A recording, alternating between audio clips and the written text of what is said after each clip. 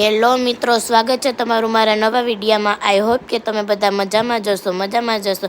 તો આજનો વિડીયાની શરૂઆત કરી આપણે યુનિવર્સિટીથી અને આપણને એક અસાઇનમેન્ટ મળ્યું હતું, એમાં મારે વિડીયો બનાવવાનો હતો ને હું એ વિડીયો શૂટ કરતી હતી। આ લોકો એક્ટિંગ કરે છે મિત્રો, ગ્રુપ ડિસ્કસ કરવાની। જો કોઈ પણ એકેય કામની વસ્તુ કરતા નથી, પરંતુ આ કામની વસ્તુ હતી મિત્રો। અમારું અસાઇનમેન્ટ હતું ક્લાસ ડેકોરેશન કરવાનું, તો એના માટે અમે ચાલુ થઈ ગયું હતું અમારું વર્ક। અને અહીંયા હું બધાને થંભમાં કલર કરી દેતી હતી, કારણ કે અમારો એક પ્રોજેક્ટ હતો અને એ પ્રોજેક્ટ પૂર્ણ થવા આવ્યો હતો મિત્રો। અને હવે અમે શરૂ કરી દીધું છે ક્લાસ ડેકોરેશન કરવાનું। તો કોઈ પણ આપણા ક્લાસમાં આવે એટલે એનું વેલકમ કરવું જરૂરી છે, એટલે અમે વેલકમનો બોર્ડ માર્યો છે મિત્રો સૌપ્રથમ।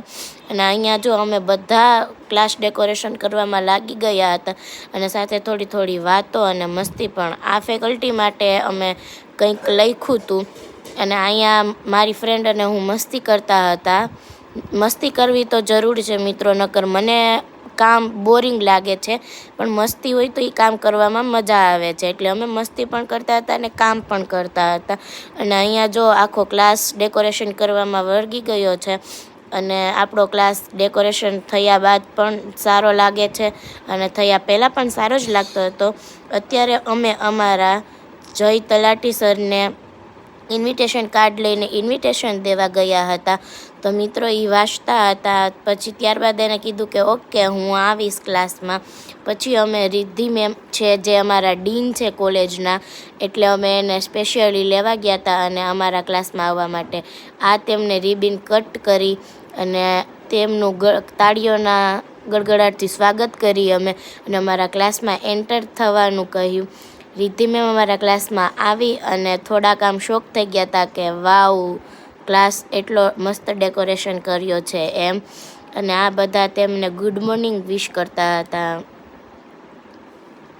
અને અત્યારે બધા ફેકલ્ટીઝ અમારા પ્રોજેક્ટ વિશે ડિસ્કસ કરે છે મિત્રો।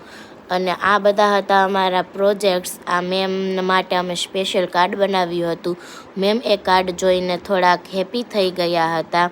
અને હવે મિત્રો મેમ આગળ વધે છે અને મેમ અમને પૂછે છે કે આ બધું બનાવવાનું કારણ શું? તો અમે એને તેમનું આ બધું બનાવવાનું કારણ કીધું, અને મેમ પછી અમને અમારા એફર્ટ્સ માટે કહેતા હતા કે તમારો સારો એફર્ટ છે।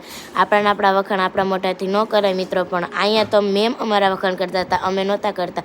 હવે મેમનો જવાનો સમય થઈ ગયો, તો મારા વિડીયોને લાઇક, શેર એન્ડ સબસ્ક્રાઈબ કરવાનું ભૂલતા નહીં। જો તો તમને અમારો વિડીયો ગમ્યો હોય તો બાય બાય મિત્રો।